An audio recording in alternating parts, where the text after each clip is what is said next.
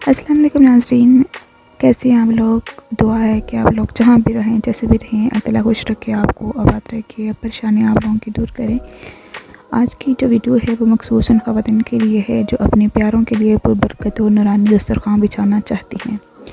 Video में जाने से पहले नाज़रीन आपसे छोटी सी रिक्वेस्ट है कि आप मेरा चैनल अगर सब्सक्राइब नहीं किया, न्यू हैं, तो आप प्लीज़ सब्सक्राइब कर दें और वीडियो को लाइक एंड शेयर किया करें, क्योंकि हम बहुत ज़्यादा मेहनत करते हैं आप लोग के लिए बहुत अच्छी से अच्छी वीडियो लाने के लिए। तो टिप नंबर 1 है, जब आप राशन की ख़रीदारी कर रही हों तो उस दौरान सूरह कौसर की तिलावत करें।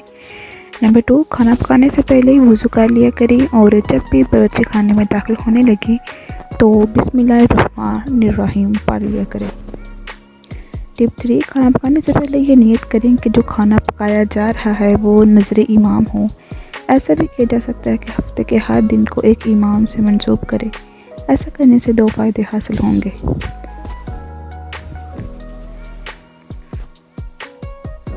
ऐसा करने से 2 फ़ायदे हासिल हो सकते हैं। एक तो ये कि हर रोज़ आपके घर में एक इमाम का दस्तरखान बिछेगा और दूसरा ये कि आपको हर रोज़ एक इमाम की नज़र पकाने का सवाब मिलेगा।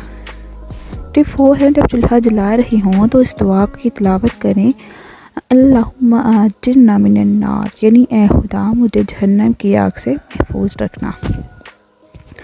टिप 5 है, जब खाना पका रही हों तो आयतुल कुर्सी और सूरह नूर की 35वीं आयत की तिलावत करें। ऐसा करने से खाना बहुत मज़ेदार होगा और दूसरा ये कि घर के अफराद के दरमियान मोहब्बत बढ़ती जाएगी, घर में बरकत होगी और घर के अफराद का अखलाक अच्छा हो जाएगा। टिप 6 है,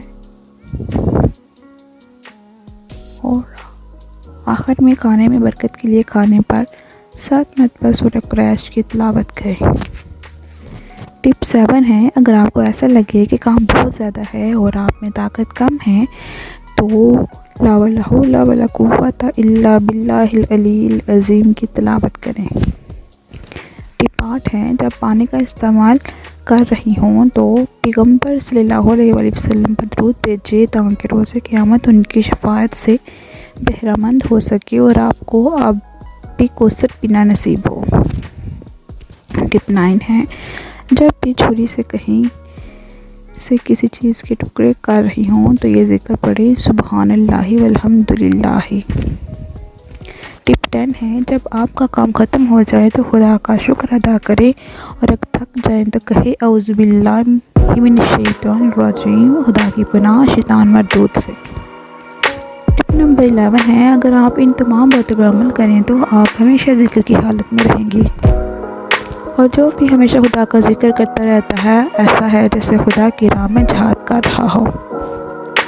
तो क्यों ना अपनी रोज़मर्रा के घरेलू कामों को खुदा की कुर्बत की नीयत से अंजाम दे और जहाद का सवाब उठाए।